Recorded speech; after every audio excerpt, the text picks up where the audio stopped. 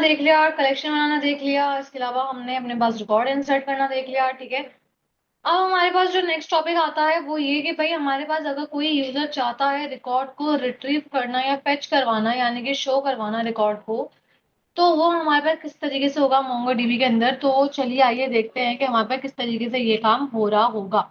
ठीक है, इस काम के लिए आपने क्या करना होगा, सिंपल अपने पास जो है फाइंड का फंक्शन जो है आप इसके लिए यूज कर सकते हैं। ये हम बात करें कि भाई अगर यूजर क्या चाह रहा है, रिकॉर्ड को देखना चाह रहा है। ठीक है, तो यहाँ पे अगर मैं बात करूँ इसके लिए कुछ डिफरेंट तरीके का है, यहाँ पे डिफरेंट फंक्शंस हैं। जैसे कि मैं आगे लिख सकती हूँ सिंपल, मैंने कहा मेरे डेटाबेस में जो कलेक्शन है स्टूडेंट्स का, उसको क्या करो, फाइंड करो। अब ये क्या करेगा, ये तमाम रिकॉर्ड उठाकर लेकर आ जाएगा। अब इसके अलावा मेरे पास फॉर एग्जाम्पल मैं चाहती हूँ कि भाई किसी स्पेसिफिक का रिकॉर्ड लेकर आए और मतलब तमाम लेकर आए। तो मैंने कहा भाई क्या करो, अच्छा पहले हम ना इसको पहले तमाम को फेच करवा के देखते हैं, फिर उसके बाद जो है फिर हम सिंगल किसी स्पेसिफिक रिकॉर्ड की तरफ जाएंगे। ठीक है, तो यहाँ पे मैं क्या कर रही हूँ, सिंपल वापस आ रही हूँ अपने शेल पे, और शेल पे आने के बाद मैंने कहा कि मेरे डेटाबेस में जो क्या है कलेक्शन है किसका, मैंने कहा स्टूडेंट्स नाम का। ठीक है, तो जो है आप क्या करो उसमें फाइंड करो। फाइंड अब क्या करेगा, मेरे पास जो है जितना रिकॉर्ड होगा वो तमाम मेरा फेच करके लेकर आ जाएगा। देखो लेकर आ गया। ठीक है, तो मेरे पास जितना रिकॉर्ड था, मेरा एक दो तीन चार रिकॉर्ड थे, वो चारों के चार रिकॉर्ड उसने मुझे क्या करवा दिए, फेच करवा के वो ले आया। अब बात आती है कि मेरा मतलब मेरे पास अगर मैं ये चाहती हूँ कि कोई स्पेसिफिक रिकॉर्ड उठकर आए, मतलब फॉर एग्जाम्पल मैंने कहा भाई जिसका नाम अली है वो आ जाए, या जिसका नाम नुमान है वो आ जाए। ठीक है, अब चाहे नाम के जरिए आप मंगवाओ, चाहे एज के जरिए मंगवाओ, चाहे आईडी के जरिए मंगवाओ, ये आपके ऊपर डिपेंड करता है आप किसका रिकॉर्ड देखना चाह रहे हो स्पेसिफिक का।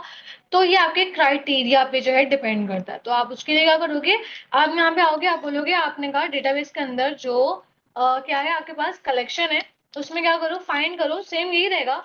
लेकिन अब इसके अंदर आपको वो की को पास करना पड़ेगा, की और वैल्यू को, जिसके बिहाफ पे आप उसको फाइंड करवाना चाहते हो। तो आपने यहाँ पे आके जो है क्या किया, यहाँ पे आके कर्ली ब्रेसेस बना दिए, और आपने आगे आगे क्या लिखी की। आपने कहा जिसका नाम क्या है, मैंने कहा जिसका नाम नुमान है, उसका रिकॉर्ड क्या करो, उठा कर ले आओ। ठीक है, अब मैं चाहती हूँ जाके इस क्वेरी को एग्जीक्यूट करती हूँ, तो मेरे पास जितने भी नाम के नुमान नाम के रिकॉर्ड होंगे वो उठा के ले आएगा। देखो ले आया। सही है। अब चाहे आप ये नाम से सर्च करो, चाहे आप यहाँ पे आके किसी स्पेसिफिक एज से सर्च करो। ठीक है, आपने कहा जिसकी एज 22 है, आप उसका रिकॉर्ड ले आओ, तो देखो 22 वाला आ गया। ठीक है, तो आप चाहे एज से सर्च करो, चाहे आईडी से करो, आप किसी भी स्पेसिफिक जो है कॉलम से आप ये काम कर सकते हो। फिर अगर आप चाहते हो कि भाई मेरे पास अ, किसी का रिकॉर्ड आए लेकिन वो एक ही आए, मतलब फॉर एग्जाम्पल मान लो मेरे पास मल्टीपल जो है अली का रिकॉर्ड डाला हो, मैं चाह रही हूँ कि खाली जो पहला अली है वो ही आए।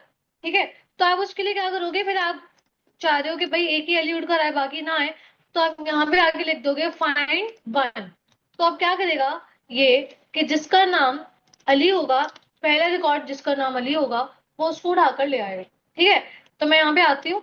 अब ऐसी बात है, मेरे पास मल्टीपल अली तो है नहीं, एक ही अली है, तभी फिलहाल वो मेरे पास एक ही लेकर आ जाएगा, वही अली ले आएगा। सही है। वरना अगर वहां पे मान लो अगर मल्टीपल है, ठीक है, एक अली अहमद है, एक अली मोहम्मद है, अली खान है, वटेवर जो भी है, तो जो पहला वाला अली होगा ना, उसको उठा के ले आएगा। ठीक है, तो इस तरीके से आप अपने पास क्या कर सकते हो, रिकॉर्ड को फेच या रिट्रीव करवा सकते हो।